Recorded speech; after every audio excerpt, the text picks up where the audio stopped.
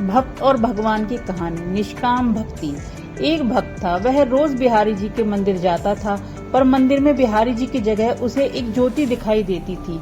मंदिर में बाकी सभी भक्त कहते, वाह, आज बिहारी जी का श्रृंगार कितना अच्छा है, बिहारी जी का मुकुट ऐसा है, उनकी पोशाक ऐसी है। तो वह भक्त सोचता, बिहारी जी सबको दर्शन देते हैं, पर मुझे क्यों केवल एक ज्योति दिखाई देती है। हर दिन ऐसा होता। एक दिन बिहारी जी से बोला, ऐसी क्या बात है कि आप सबको तो दर्शन देते हैं पर मुझे दिखाई नहीं देते।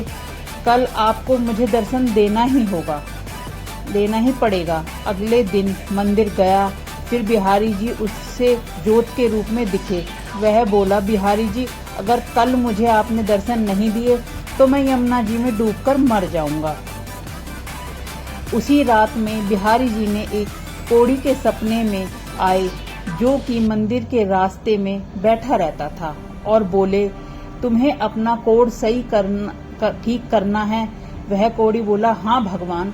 भगवान बोले, तो सुबह मंदिर के रास्ते से एक भक्त निकलेगा, तुम उसके चरण पकड़ लेना और तब तक मत छोड़ना जब तक वह यह ना कह दे कि बिहारी जी तुम्हारा कोढ़ ठीक करें।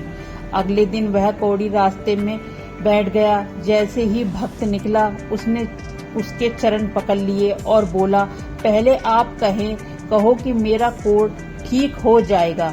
वह भक्त बोला, मेरे कहने से क्या होगा, आप मेरे पैर छोड़ दीजिए। कोढ़ी बोला, जब तक आप यह नहीं कह देंगे कि बिहारी जी तुम्हारा कोढ़ ठीक करें, तब तक मैं आपके चरण नहीं छोड़ूंगा। भक्त वैसे ही चिंता में था कि बिहारी जी दर्शन नहीं दे रहे, ऊपर से ये कोढ़ी पीछे पड़ गया।